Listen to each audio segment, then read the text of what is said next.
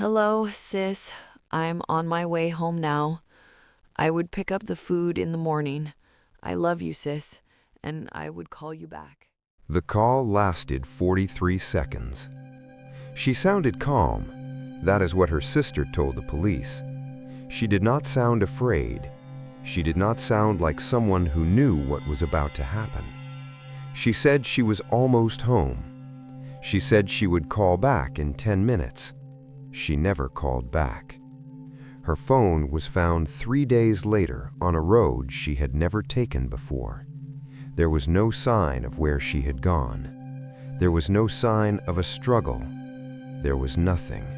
Just a phone on an empty road, still open on her sister's contact, as if she had been mid-dial when she disappeared. A phone call should be the most ordinary thing in the world. You dial, someone answers, you talk, you hang up. Simple, safe, unremarkable. But for the 5 people in tonight's stories, a phone call was the last thing anyone ever heard from them. Not a goodbye, not a warning, just an ordinary conversation that stopped mid-sentence and never continued. Some of these calls were recorded. Some were transcribed by investigators. Some exist only in the memories of the people who answered. All of them ended the same way, with silence. These accounts were researched and verified by cold midnights. Details have been carefully documented to protect those involved. Turn off the lights. This is what they said before they vanished. The first account involves a woman named Sarah. She was 31 years old. She worked as a nurse. She was driving home after a night shift on a Tuesday in February. She called her sister at 11:47 p.m. Her sister did not pick up. What Sarah left instead was a voicemail that investigators would later describe as one of the most unsettling pieces of evidence in the entire case, because of what it captured in the background. The voicemail was 43 seconds long. For the first 20 seconds, Sarah sounded completely normal, tired but normal. She said she was on the way home. She said she would pick up food in the morning. She said she loved her sister and to call her back. Then she stopped talking mid-sentence. Not because she had finished, because something had made her stop. For the next 11 seconds, the voicemail captured the sound of her car slowing down, the engine dropping, the indicator clicking. She was pulling over. Nobody knows why. The road she was on was a well-lit main road. There was no reason to stop. For the final 12 seconds of the voicemail, there is only one sound: breathing. Not Sarah's breathing, someone else's, close to the phone, as if someone was leaning in from the passenger side. The voicemail ends there. Sarah's car was found the following morning, pulled over exactly where the sound of the indicator suggested. Engine off, door unlocked, her bag on the passenger seat, her food order still open on her phone screen. The passenger seat was pushed back further than Sarah would have needed it, as if someone had been sitting there.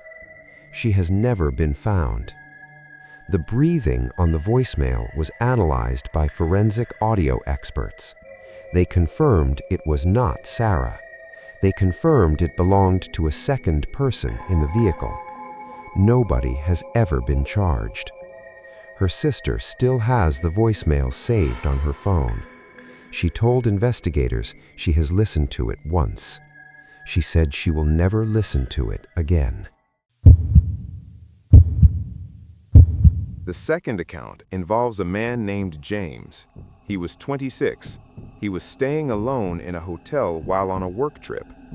He called his girlfriend at 12:14 a.m. to say goodnight. It was a call they made every night without fail. She told investigators it was always the same: 5 or 10 minutes, say goodnight, go to sleep. This call was different from the beginning. James sounded confused. She said it was not fear exactly, more like disorientation, like someone who had woken up somewhere unfamiliar and was trying to work out where they were. He told her he had gone down to the lobby for water.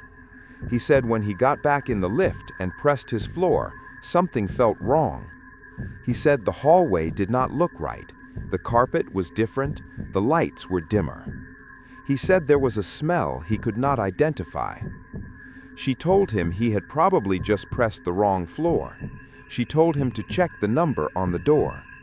He went quiet for a moment. Then he said the number on the door was his room number. He said his key card worked. He said he was in the right room, but something was wrong with the room. She asked him what he meant. He did not answer immediately. Then he said, very quietly, "There is someone else's things in here." She told him to leave the room immediately, to go to reception, to call her back from the lobby. He said, "Okay." She heard him open the door. She heard footsteps. Then the call dropped. She called back 17 times. All 17 went to voicemail. She called the hotel. They sent security to his room. The door was open. The room was empty. His luggage was still there. His shoes were by the bed. His phone was on the floor near the door, like he had dropped it when he opened it. James was found 6 hours later in a stairwell on a different floor of the hotel. He was unharmed physically. He had no memory of anything after opening his room door. No other guests reported anything unusual. No footage from the corridor cameras showed anything entering or leaving his room. James refused to discuss what happened. He has never stayed in a hotel since. His girlfriend told investigators the thing that stayed with her most was not the dropped call. It was the silence just before it. The silence after the footsteps and before the phone hit the floor. She said it lasted 4 seconds. She said it felt much longer. The third account is the most documented of tonight's 5 stories. It involves 3 friends, referred to here as K, D, and M, who went camping together in a national park over a long weekend. All 3 were experienced campers. They knew the park well. They had camped there several times before. On the second night, Kay called her boyfriend from the campsite at 10:30 p.m. The call lasted 6 minutes. She sounded happy. She described the fire they had built. She described what they had eaten for dinner.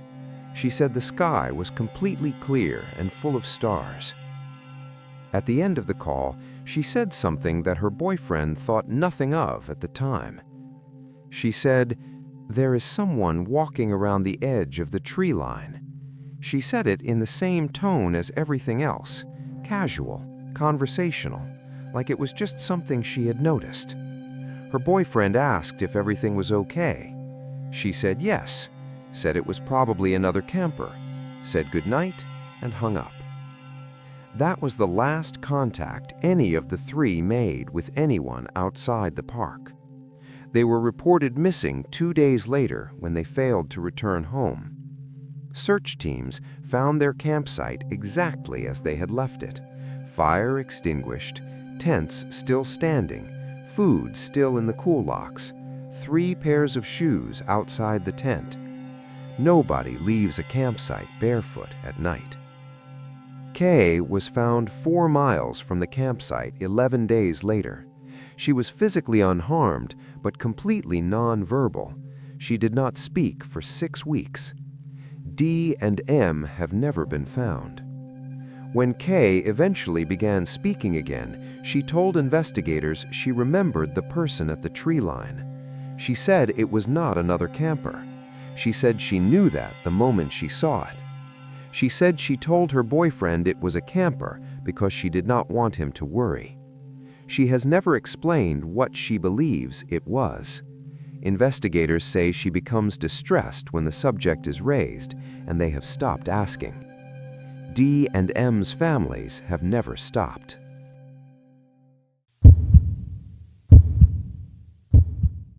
The fourth account involves a lorry driver named Pete.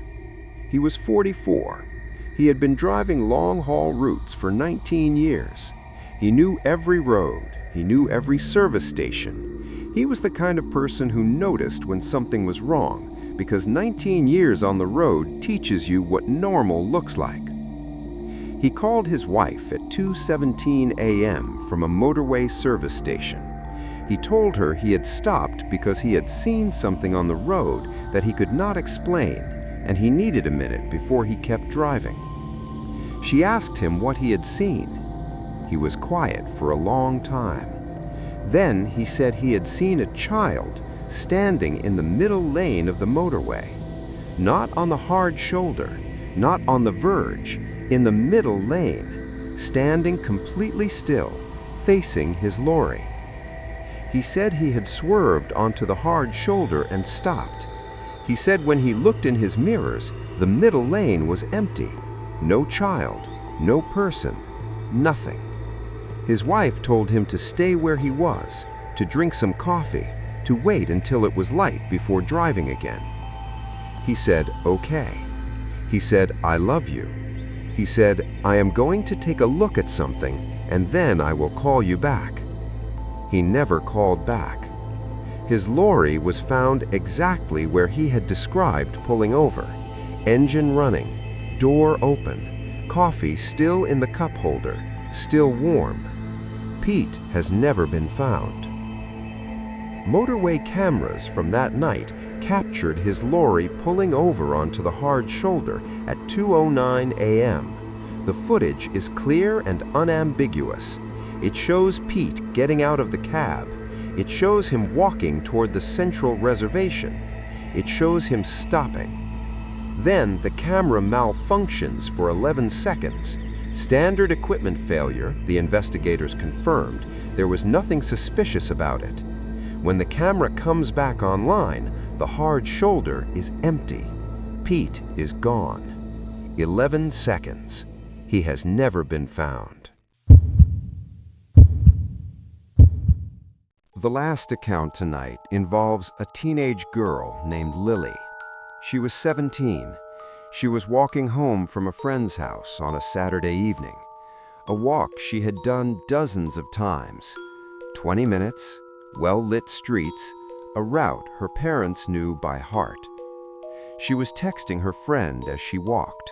A normal conversation, plans for the following weekend, music they had been listening to. Normal things. At 9:43 p.m., she sent a message that her friend described as strange but not alarming. It said, "Do you ever get the feeling that something knows exactly where you are?" Her friend replied with a laughing emoji. Lily sent back a single word, "Don't." Her friend asked what was wrong. No reply. Her friend called. It rang out. Called again. Rang out. The third time her friend called, at 9:51 p.m., Lily answered, but she did not speak. Her friend said hello several times. Nothing. Just silence and the sound of footsteps. Slow, deliberate, not Lily's pace. Lily walked fast. These were slow. Then a sound her friend described to police as a door, not a house door, something heavier, something metal. Then silence. The call stayed connected for another 4 minutes. Her friend stayed on the line the entire time. She said she kept calling Lily's name. She said at some point during those 4 minutes, she heard breathing on the line. She said it did not sound like Lily. Lily was reported missing that night. She was found 3 days later in a town 40 miles away, physically unharmed. No memory of anything after 9:43 p.m. No memory of the text she sent. No memory of what she meant when she wrote, "Something knows exactly where you are." The metal door sound was never identified. No arrest was ever made. Lily is 24 now. She does not carry a phone when she walks alone. She told her mother she does not want anything in her hand that lights up. Her mother asked her why. She said, "Because whatever found me that night found me because of the light." She has never said anything more about it. Nobody has ever asked her to. 5 calls, 5 voices, 5 silences that have never been explained. The voicemail, the hotel room, the campsite, the motorway, the walk home. 5 ordinary moments that became something nobody has ever been able to explain. If something has happened to you, something you have never told anyone, send it to Cold Midnights. The link is in the description. Subscribe if you are brave enough to come back next week. Turn your phone face down tonight. This has been Cold Midnights.